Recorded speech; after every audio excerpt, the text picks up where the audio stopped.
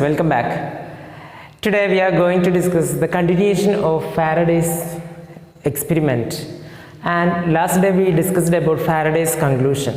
Now we are going to discuss about Faraday's explanation based on his conclusions. His conclusions also discussed here, so I will repeat that topic here too. So his first conclusion was whenever the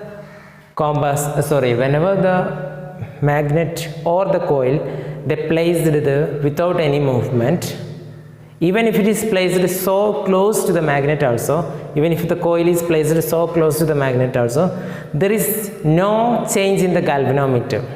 From that conclusion he explained that actually there is many feed lines from a magnet. These are the feed lines from the magnet. Let it be North Pole and it be South Pole. So from the North Pole and South Pole there will be magnetic field lines coming out. The total number of magnetic field lines is called magnetic flux. And now here this is our coil.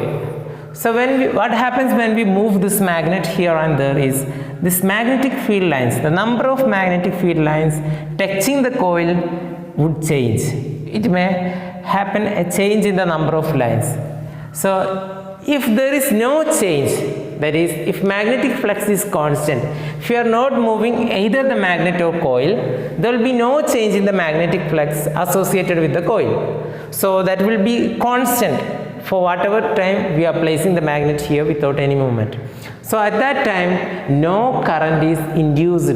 There is no change in the needle. That means if magnetic flux is constant, there is no current induced in the coil.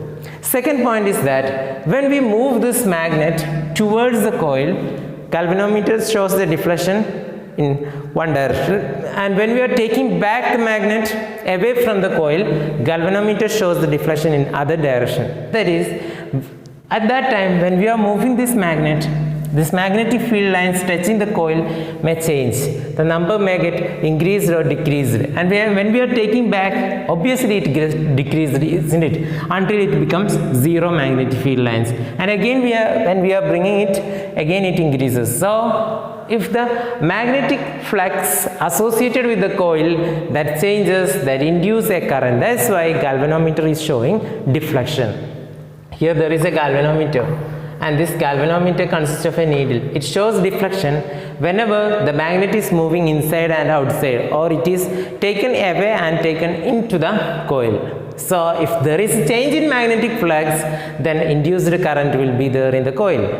And third point is that the magnitude of induced current, that is the strength of the current flowing through the magnet through the coil is increased when we are changing the flux vigorously. That means very fastly when we are moving either this magnet or coil here and there. What happens? Due to this, more current is induced. That is the third point. Magnitude of the current is directly proportional to change in flux.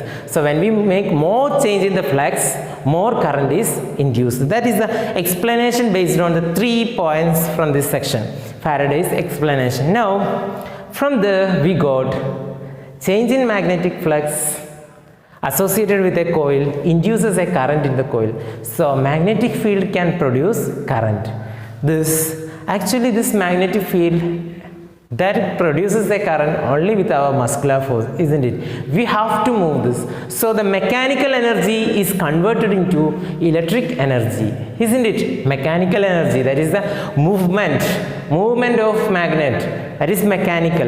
That energy is converted into electric energy. This process is called electromagnetic induction. That is the phenomenon of generation of electric current or induced electric current from magnetic effects, which is called electromagnetic induction. The current induced is also known as EMF, that is electromotive force. EMF, that is the name of the current induced from this electromagnetic induction. Once again, what is electromagnetic induction? The phenomenon of generation of induced electric current from magnetic effects, which is called as electromagnetic induction, or we can explain it as conversion of mechanical energy into electrical energy is simply known as electromagnetic induction, and the name of the induced current is EMF, electromotive force. So that's all about the topic. It's a very short topic. I hope this is clear for you. Thank you for watching. Have a nice day.